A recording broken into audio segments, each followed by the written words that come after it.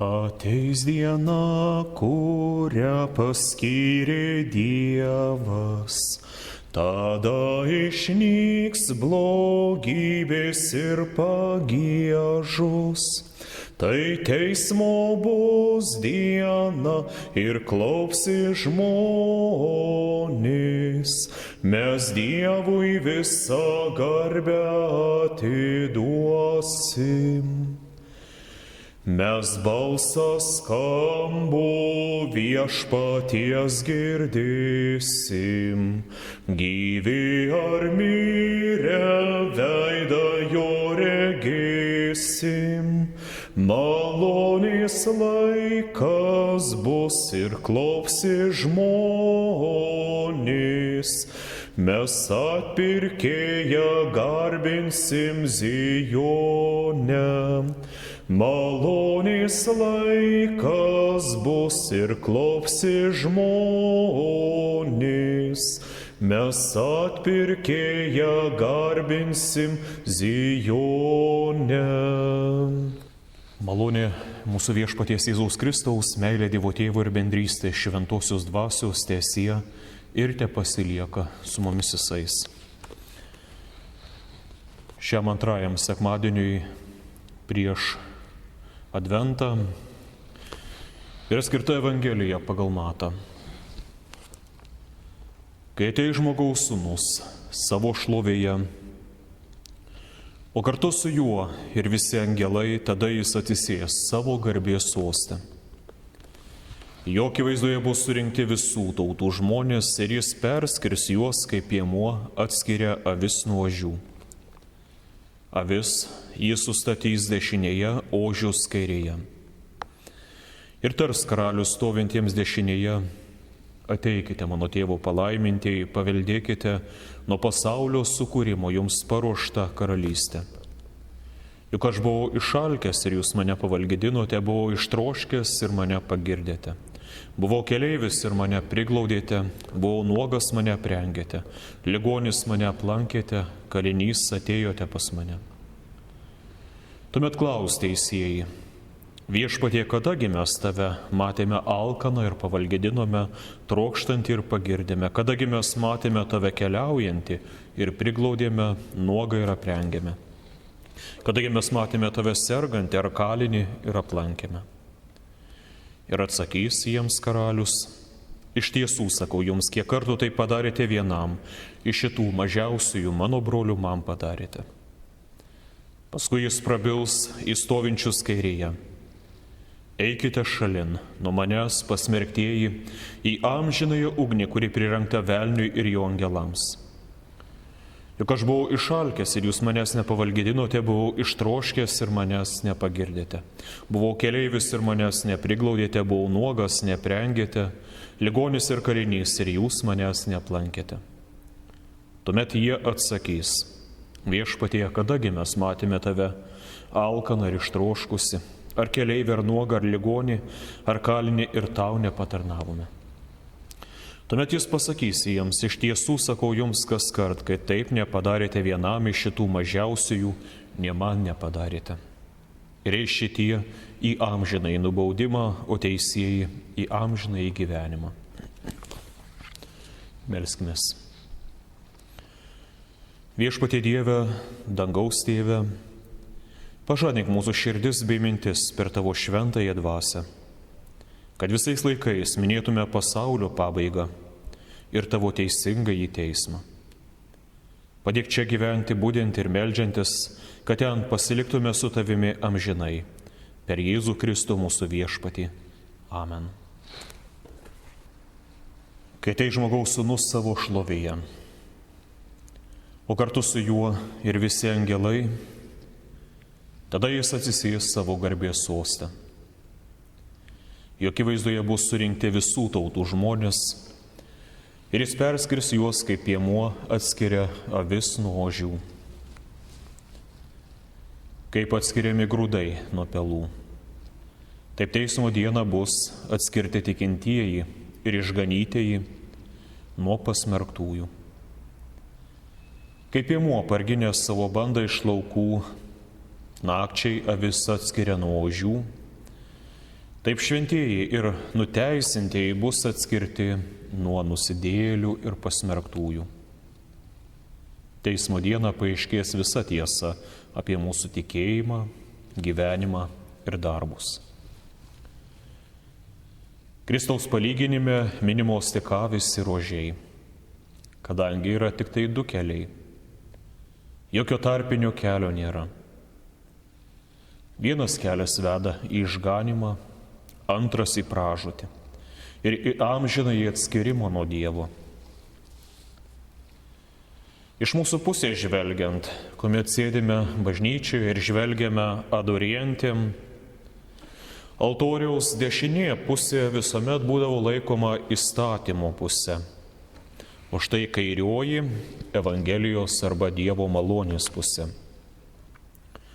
Todėl ir pagal liuteronišką mokymą pirmiausia visuomet turi būti paskelbtas įstatymas, kurio mums užrakinamas dangus, nes jo pilnai neįvykdome ir dėl to nuliūsta mūsų širdis. Tačiau vėliau, kuomet skelbiama Evangelija, mums yra primenama apie Kristaus žygdarbį mūsų labui. Ir atgailaujančioms bei liūdinčioms širdims skelbiamas visų nuodėmių atleidimas ir taip vėl atrakinamas dangus. Todėl vėliau nuo altoriaus žvelgiant, prieš ganytoją sustatytiems dešinėje, tai yra atgailavusiems ir girdėjusiems šią malonę žinią, o tai galima pastebėti tik tai dieviškomis akimis, kurie buvo atgailavę, išpažinę savo nuodėmes. Teismo dieną Viešpats maloningai ištars: ateikite, mano tėvo palaimintieji, paveldėkite nuo pasaulio sukūrimo jums paruoštą karalystę. O pasilikusiems kairėje, kuriems liko užrakintas dangus, Viešpats griežtai tars: eikite šalin, nuo manęs prakeiktieji į amžinąją ugnį, kuri prirengta velniui ir jo angelams.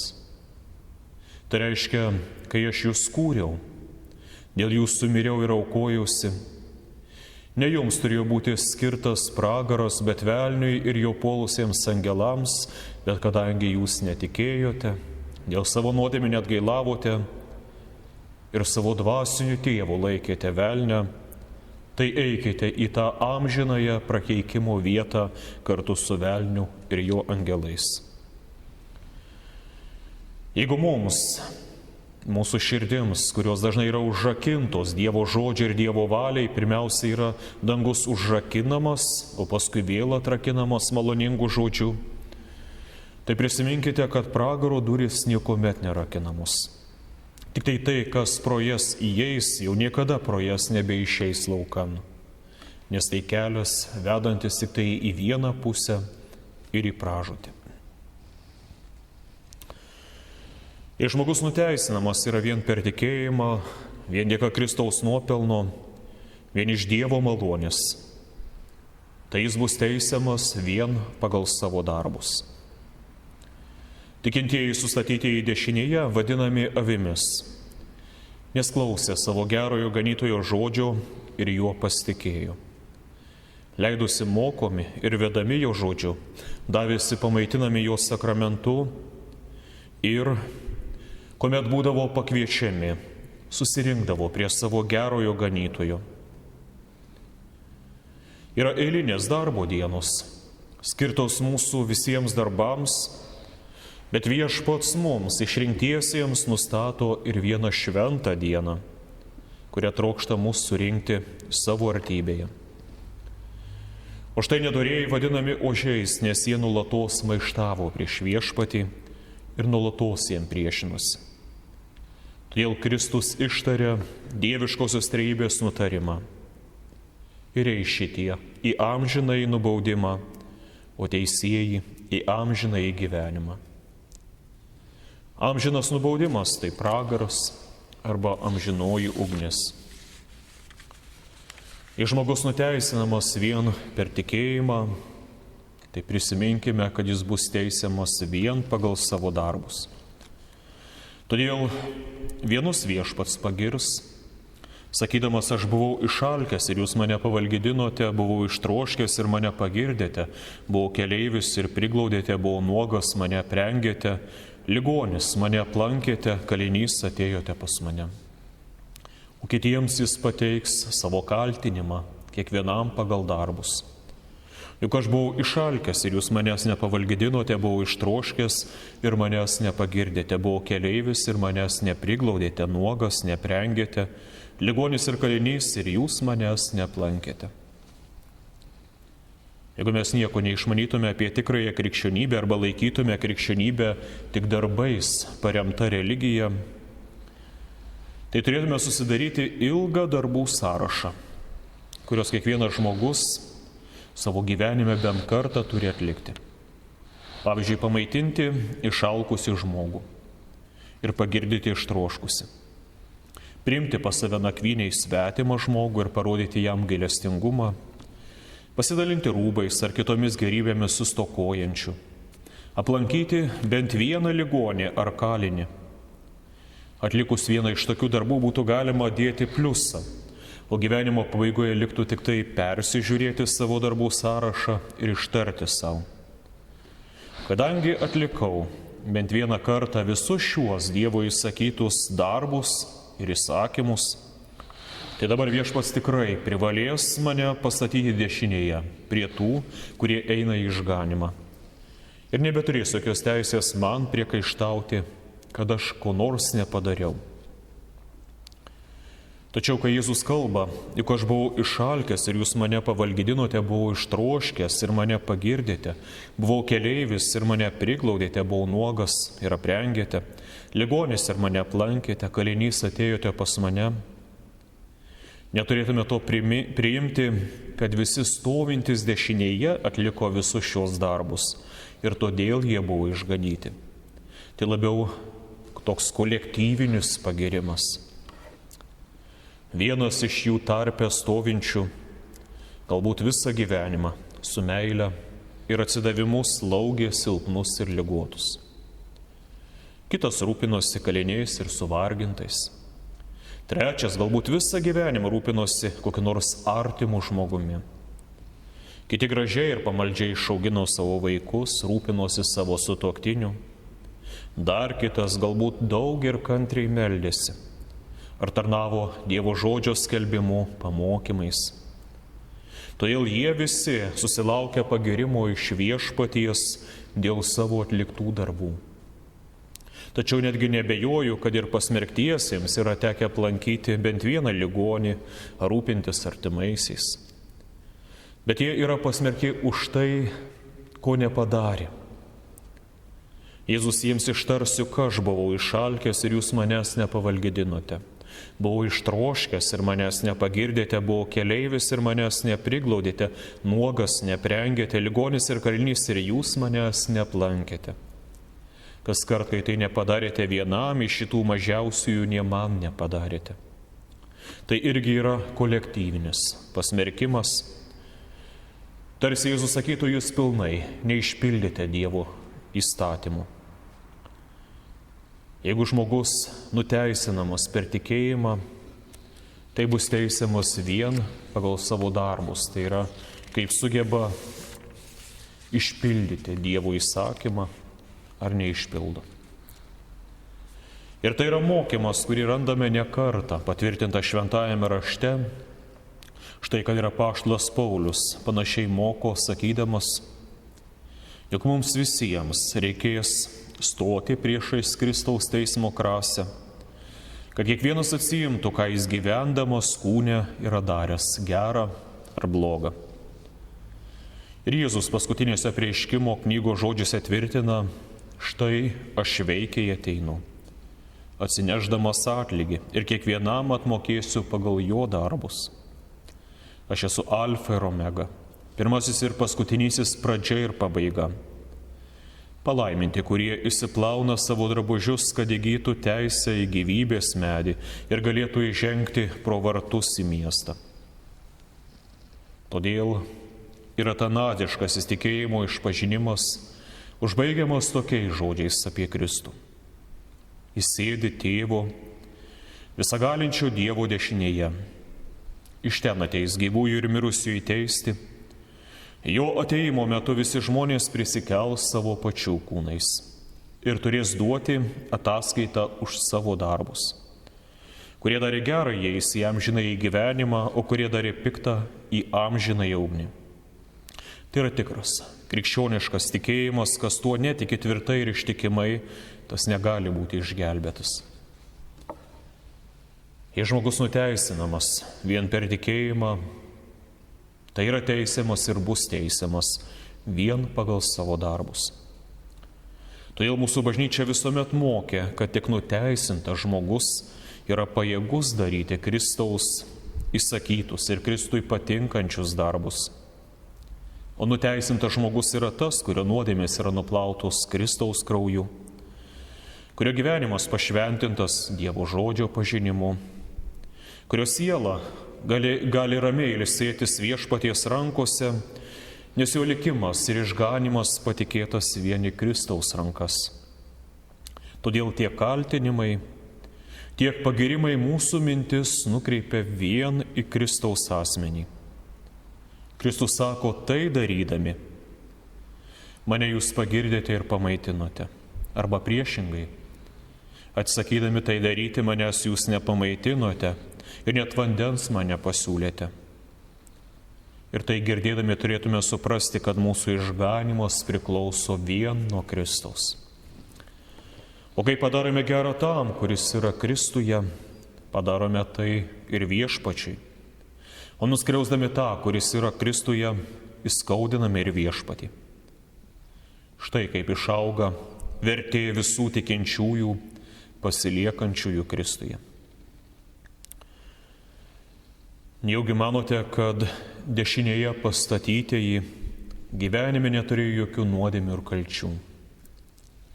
Tačiau jų nuodėmės buvo atleistos, nes jie už jas atgailavo ir viešpats jiems pažadėjo, jūsų nuodėmių daugiau nepriminsiu. Ir viešpats laikosi savo žodžio ir primena jis jiems tik jų gerus darbus, kuriuos jie spėjo atlikti ir dar pagiria už juos. Kai tai darėte, jūs tos darbus padarėte man ir dėl manęs. O pasmerktiesiems jis primena ne tik jų nuodėmes, bet ir visus jų nepadarytus darbus. Mane jūs atstūmėte, pro mane jūs praėjote pro šalį ir nepasigailėjote, mane jūs įžeidinėjote ir iš manęs pasityčiojote, manęs jūs nemylėjote. Jei žmogus yra nuteisinamas per tikėjimą, tai teisiamas visuomet pagal savo darbus. Todėl mūsų bažnyčios mokymas visuomet buvo ir pasilieka, kad išgelbėjimas ateina vien iš Kristaus ir priimamas per tikėjimą. Tačiau tikėjimas niekuomet vienas nevaikšto. Ateidamas jis visuomet atsiveda su savimi meilę bei iš jos kylančius gerus darbus. Kadangi pats tikėjimas nėra regimas, tačiau yra regimi iš jo kylantis meilės darbai, kurie yra gyvojo ir Dievui patinkančio tikėjimo ženklas, nes ir pats Kristus yra kalbėjęs, juk geras medis duoda gerus vaisius, o netikęs medis blogus. Geras medis negali duoti blogų vaisių, o netikęs gerų.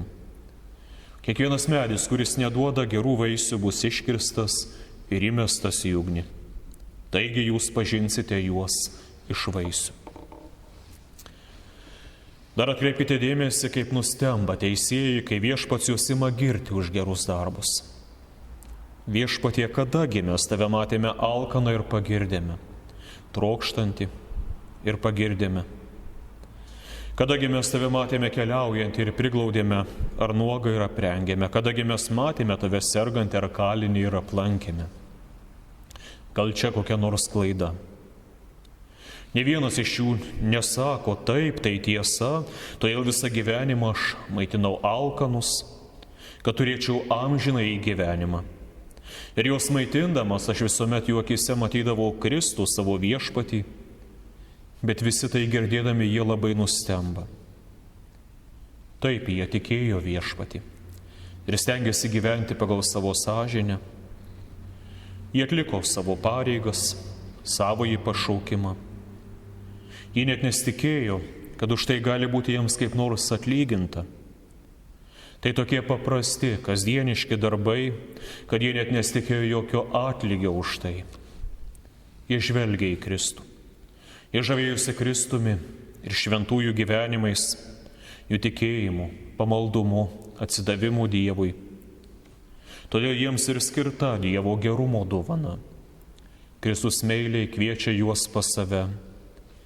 Ateikite, mano tėvo palaimintieji, paveldėkite nuo pasaulio sukūrimo jums paruoštą karalystę. O dabar atkreipkite dėmesį į tai, kaip pasipiktina neteisėjai, kai viešpats ima jiems priekaištauti. Viešpatie, kadagi mes tave matėme alkaną ir ištroškusi, ar keleivį, ar nuogą, ar ligonį, ar kalinį, ir tau nepatarnavome. Nejaugi nerandi mūsų gyvenime tau patinkančių darbų, nejaugi mūsų laikai blogesniais už anuos. Ir viešpats liūdnai turės atsakyti: neradau jūsų gyvenime man patinkančių darbų. Neturėjote jūs man patinkančio tikėjimo. Todėl primins jis jiems jų nepadarytus darbus bei nuodėmes, sakydamas: iš tiesų jums, kas kart, kai taip nepadarėte vienam iš šitų mažiausiųjų, nė man nepadarėte. Tad branginkime tą dieną, kai viešpats mus šventuoju krikštu padarė savo dangiškosios kaimenės savimis ir pažadėjo mums išganimą. Išlaikykime tikėjimą ir tyrą širdį ir netapkime maištingais ožiais, bet kantriai sekime savo ganytojų. Ir taip pat jūs gausite amžinąją karalystę, kurią Dievas paruošė mums nuo pasaulio sutvėrimo. Amen. Kristaus kraujas ir teisybė, tai brangiausioji grožybė, su kuria dangun keliausiu ir prie Jėzaus vietą gausiu. Ten aš gero nestokosiu, Jėzaus garbint nenustosiu, už kančias jo vis dėkosiu, jam po kojom giesmes klosiu. Tokia didelė gerybė, neapsakoma gilybė, gali čia visi patirti ir malonę jo pagirti. Mielas Jėzau, leis tau dirbti, tau gyventi, tau ir mirti, pagaliau dangaus aukštybei, tau dėkoti amžinybei.